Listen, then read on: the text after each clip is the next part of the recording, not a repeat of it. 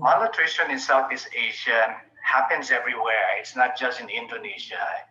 This Global Nutrition Report 2018 shows that overweight, anemia, stunting, a combination of the two, and even other malnourished condition happens in all the countries in Southeast Asia.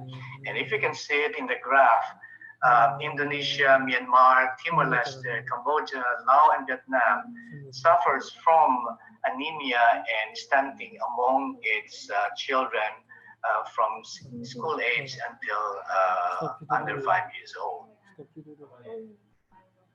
In Indonesia alone, you also see that we still have a high rate of stunting across provinces of the country.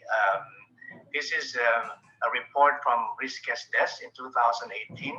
Indonesia having about 30.8% of stunting, as well as 12.1% wasting, and even a 10.2% underweight.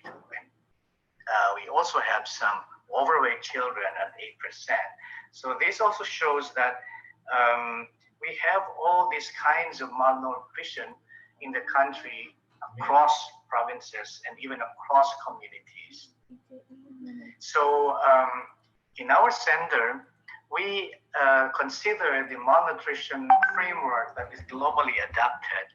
And if you can see in the framework from WHO and UNICEF that they're using it, there are basic causes, underlying causes, and direct causes to malnutrition. But as a regional center for food and nutrition, we focus more on addressing inadequate dietary intake. And under that, why there is poor dietary diversity, and because there's still suboptimal infant and young child feeding, and parents are not really educated what is proper or balanced nutrition, as well as also not having good environment to live in. So our center's approach to combat malnutrition are twofold. We do mitigation and prevention. And for this presentation, I'll be focusing on our Nutrition Goes to School program that is more on the preventive side and addresses the school-age children and adolescents. So we would like to see how we can prevent child born for the next generation from being undernourished or malnourished. And this is how I'll be discussing about. So NGTS is a school-based multi-sectoral program that emphasizes the role of the school as an effective media to build character of the students towards having good nutritional practices both in school and also at their home. And we hope that we can improve the learning outcomes of students and also their active participation in their school activities through acquiring proper nutrition. So having knowledge and skills about what is to eat, what is the proper to eat, then kids and school children would have much more opportunities to develop themselves fully. And in fact, we target from primary, junior, high school, and even vocational school students, teachers and principals in this program. And because we are a SEAMEO center in Indonesia, we coordinate with the Ministry of Education and Culture, being the host country in Indonesia. But we also collaborate with other ministries like Ministry of Health, the Ministry of Religious Affairs, and other SEAMEO centers in Indonesia, as well as other international development organizations like GIZ, UNICEF, and also academic institutions, universities, and polytechnic institutions at that. So we are implementing this program for the past 4 years already. And we follow the components and the phases of implementation of the program, as you can see it in this figure. We believe that nutrition education within and outside the classroom brings about awesome school children together with the proper policy and management support and conducive school environment. So awesome means active, well-nourished, and smart of me.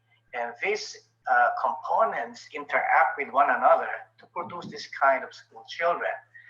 And the way we implement this, we follow a three-phase approach in implementing our program, starting with the initiation phase, the strengthening phase, and the institutionalization phase.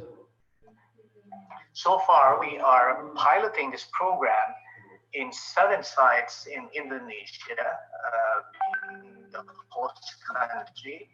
So we have NGTS in Cimahi, in Cirebon, and Bogor in West Java.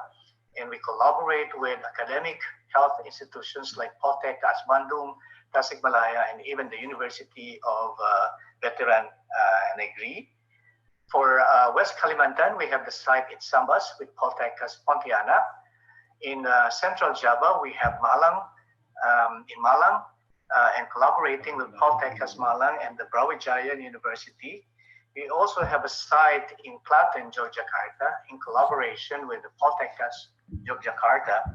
And we just started a model of NGTS with madrasah and also schools under the Muhammadiyah in collaboration with UHAMKA in Jakarta. So we have these sites in Indonesia, but we have also initiated NGTS in Timor-Leste last year, and we are about to embark on NGTS in Laos and the Philippines this coming year. What are the types of intervention and activities that we adapt or we implement under NGTS program? So there are what we call the nutrition-specific intervention and also nutrition-sensitive intervention. When we say nutrition-specific intervention, one of the things that we do is we generate and implement some food-based recommendations from locally available nutrient-dense food sources. It means that we conduct research to find out these locally available nutrient-dense food sources, and that would be a recommendation for the diet of children in one particular area. And we also do some food supplementation as a nutrition-specific intervention. As regards nutrition sensitive, there are a lot more activities that we do under this intervention.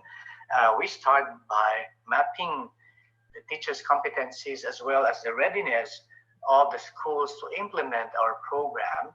And we develop a lot of modules, learning modules. I'll be showing this to you later on. And the heart of it all is a capacity building that we do for school teachers, other stakeholders, government officials, partner institutions, and the communities, community health workers who are involved in this program. Definitely, we do advocacy as an intervention, and we have also part of the training that we conduct is to give knowledge and skills to teachers and students and school heads about establishing a school garden and also a healthy school canteen. And we have already formed school-based nutrition promotion working groups, one in Indonesia and one for Southeast Asia. And all these interventions are being done within our mandates under our education and training mandate, research mandate, community development mandate, as well as our knowledge management and policy support mandate. So what have we accomplished so far since 2017 that we have introduced NGTS? Well, we have trained around 400 school teachers from about 114 partner schools at all levels, from all the program sites that I have mentioned earlier about nutrition, hygiene, and sanitation, both on an online and face-to-face mode. For the face-to-face mode, for the online mode, we have trained thousands of teachers from more than 100 schools around Indonesia on the same topic. I believe by this time we have reach more than 993 and 105 schools because we are now ongoing with our NGTS Remaja online courses. We also conducted 8 research projects on food and nutrition in school settings.